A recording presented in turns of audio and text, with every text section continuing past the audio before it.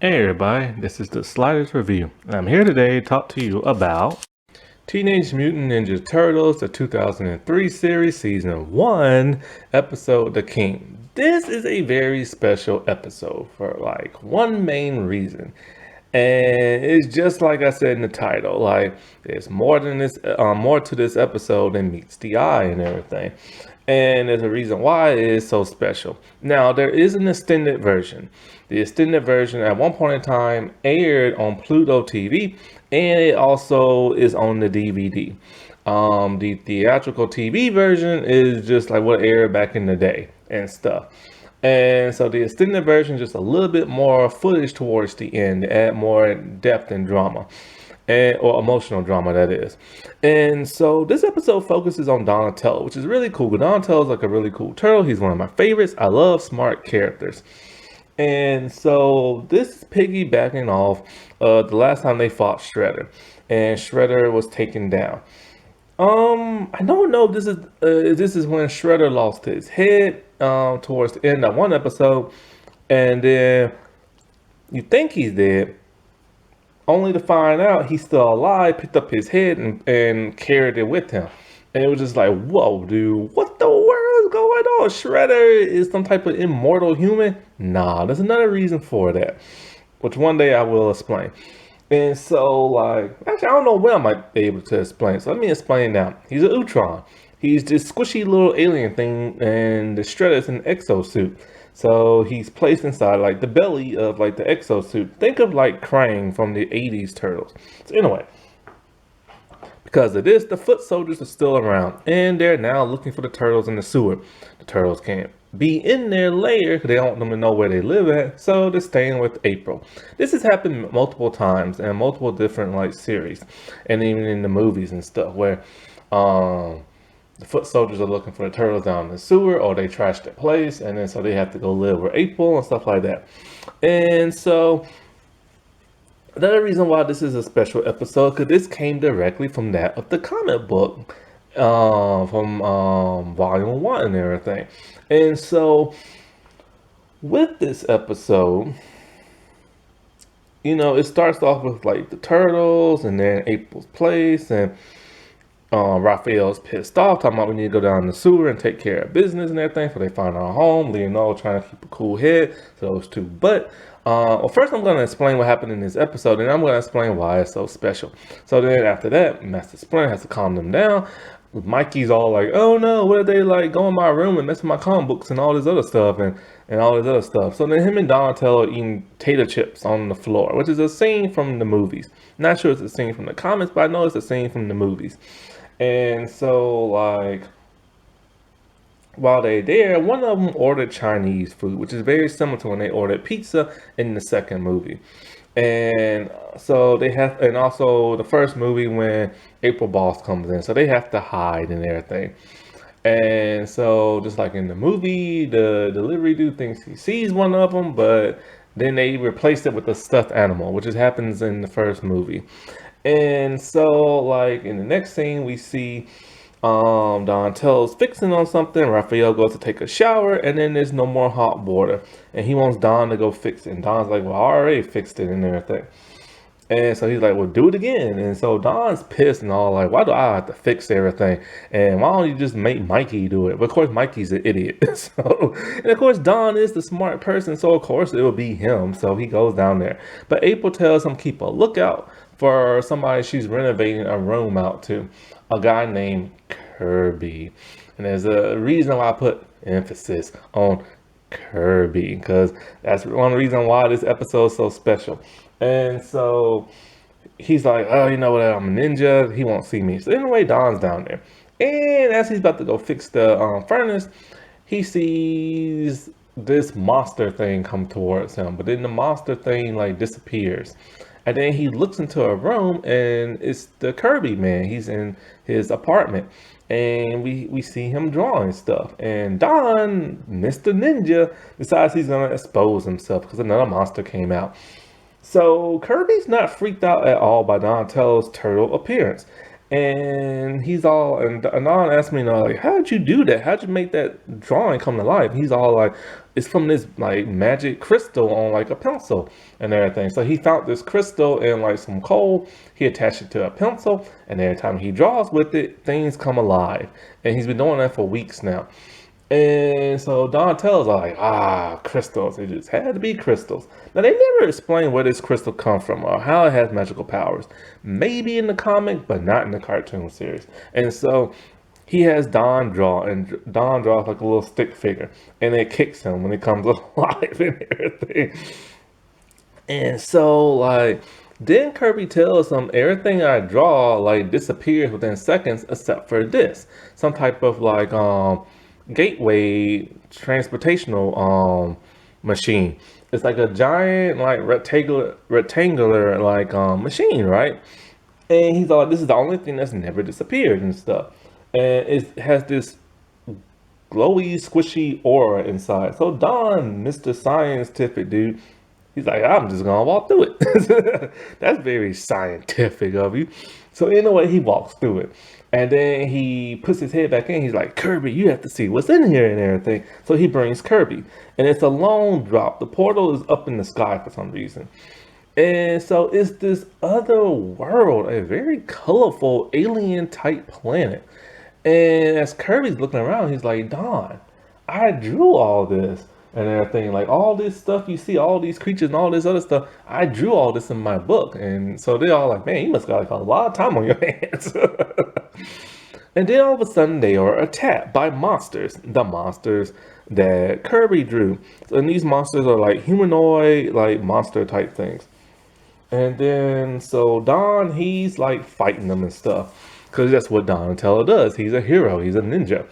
But then all of a sudden, these human-looking people come in costumes. And so these human, like, warriors and stuff, they seem kind of familiar. Their weapons are very similar. One has a shield. The other one has, like, a giant baton stick, and the other one has like a hammer, and I forgot what the other ones have. And these are based off of comic book characters, off of the Avengers and the New Gods, because a certain person drew that. This is why this is a special episode, which I will explain later. And so as we're looking at Kirby's book, the heroes are inside his book too, so he drew them as well. And as they defeat the monsters, the hero people's all like, they thank Donatello and tell him, they have to keep their home safe because their families are there. And we see like the family people that live there. Now, as for the family people, I'm going to assume Kirby drew them as well. So that's kind of weird, man. It's like everything now has come to life, and these monster things live within this world that he created, and they don't disappear at all like they do in the real world and stuff. And so he's all like, we have to prevent them from getting into the gate and going into their homes. He said, but they will come back with an army. And an army they do. There are hundreds of them. So the warriors and Donatello, they go at it. And it's a climactic battle, a huge battle. And Kirby, not being a fighter, he thinks, well, maybe I can draw and help the heroes out. So when Don's starting to get his butt kicked, he helps Donatello out.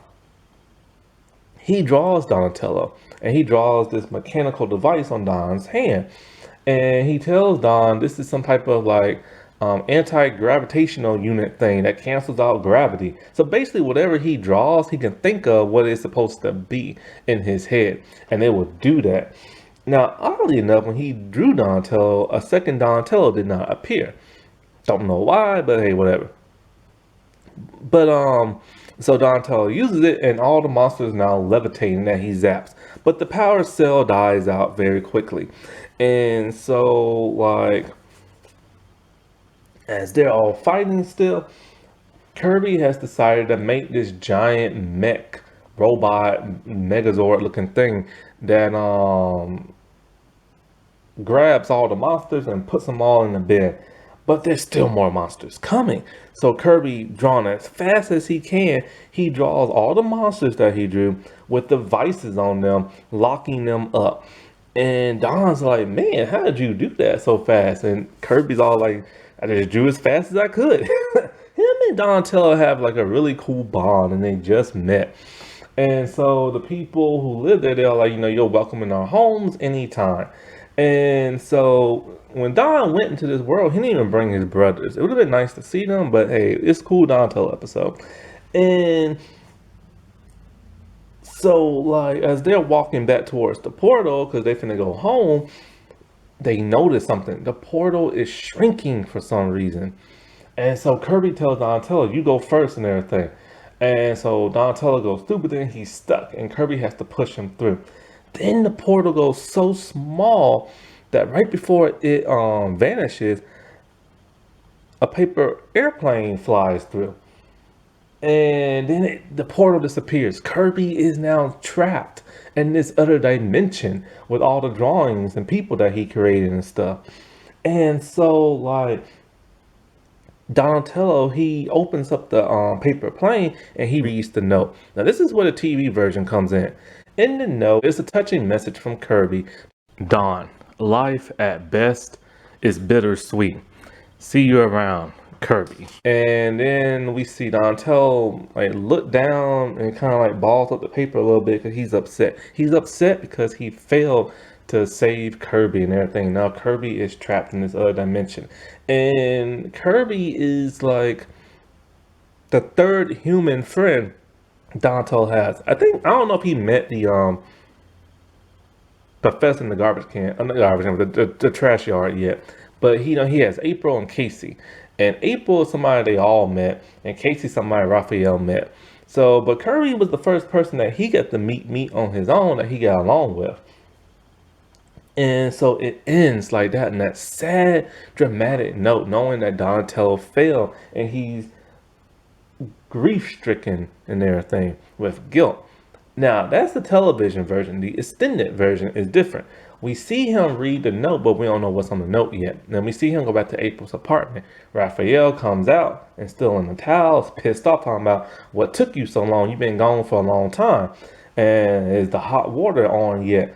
And then we see Donatello do something we've never seen him do before. He gets angry, really pissed off, angry. And he walks towards Raphael and he just gives him like a cold stare, an angry stare. And it looks like he wants to hit him, but he doesn't. And this kind of freaks Raphael out a little bit. He's like, man, what's wrong with you? And then we see Donatello. Donatello don't even say nothing. He just walks into another room, still doesn't say nothing. And then he reads the note that I just told you about. And he looks out the window up at the sky and he puts his head down, grief-stricken that he couldn't save Kirby. Both versions are dramatic. Sometimes I think the television one is a little bit more dramatic. Because the extended version, he's angry. So if he would have punched Raphael or shouted at Raphael, that would have been great. But he doesn't. I just think like him just being so upset, like, you have to put yourself in their headset. They are freaks of nature that humans do not understand, and humans are scared of them. And they only have like two human friends. One's an idiot and one's a female they can't date. And so it's like, they feel like outsiders, and he finally had a friend of his own that made him feel special, and now that's got taken away from him, and you can't help but to feel sad for the dude. Now this is why this episode is special, like I said before. Now one of the reasons why this episode is so special is because this is actually based off one of the comics from volume 1 of Teenage Mutant Ninja Turtles back from 1986. Kevin Eastman and Peter Lloyd wrote this comic, and it's like pretty much like page from page, word from word. It's pretty much identical from that of the comic. Everything from like them being in April's apartment, to Raphael wanting like a hot shower, to Donnie going down in the basement and finding Kirby and stuff. And so in the comics, they don't give detail about the crystal. However, in other volumes, in volume 4, they actually said that they will actually explain more about this warp crystal, which is what it's called. Because now in the comic, Kirby only created the Black Horde, which are the monster people that are attacking everybody else in the world. However, what's so strange is that in the cartoon, he literally says he created everything that you see. That's not what it is in the comic. And so one of the warrior people, the human people, we see one of them in Kirby's drawing, but that shouldn't be because, that's not how the comic was and stuff. So they probably changed that for the show. As for all the people living there, I just don't know. I doubt he created them. He probably did tap into like another dimension and stuff. Now, another reason why this is even more special is because this is based off the famous comic book creator Jack Kirby. That's who Kirby is. He was born Jacob Kurtzberg, and he was born in August of 1917 and died sadly in February of 1994. And he is one of like the godfathers of superheroes. Pretty much every superhero you've ever seen in Marvel and both DC came from Jack Kirby. A lot of the ones from Marvel came from both Jack Kirby and Stan Lee. And sadly, him and Stan Lee had a huge falling out in Marvel where Jack ended up leaving Marvel Comics and went over to DC. And oddly enough, for the longest time, a lot of people only assumed that Stan Lee was the sole creator of a lot of his comics, but no, he was the co-creator like Spider-Man, Captain America, and such. And so, like, many people have now associated Jack Kirby as being the Bill Finger of a lot of Marvel comic heroes, and Stan Lee, a lot of people are now saying is like the Bob Kane of like comics. Because interestingly enough, after Jack and Stan broke up, no other creation from comic books that came from Stan Lee was ever successful. They were only successful when he worked with Kirby and stuff. And he created a lot of comics and a lot of comic characters after Kirby left, but none of them was like a hit with fans for some bizarre reason. Now, Kirby in this episode is voiced by Mike Pollock. And yeah, so it's like a lot of people who watched this episode, they didn't quite understand why this was such a special episode. Or when they saw the beginning and it said like dedicated to Jack Kirby, like a lot of people just didn't know who like that was and stuff until they actually like did their research. And it's kind of cool because I remember like back when the comic came out, they had to get his permission and everything, and he gave them like his blessing. Now, one thing I've never quite understood was why Donnie? Like, yeah, I like Donatello and everything, but this really didn't have to do much with anything scientifically. So I don't understand why the creators wanted Donatello to go in this alternate world. It would make more sense if it was probably, say, Michelangelo, because of the whole comic book thing. He loves comics, and since this is based off a famous comic book character, it would have made more sense for him to go. Or it probably would have made more sense for, like, say, Raphael, because he's so angry, and this could have calmed some of his anger down, fighting for, like, a just cause and everything, So I never understood that. Alrighty, well, I'll talk to y'all later. Bye.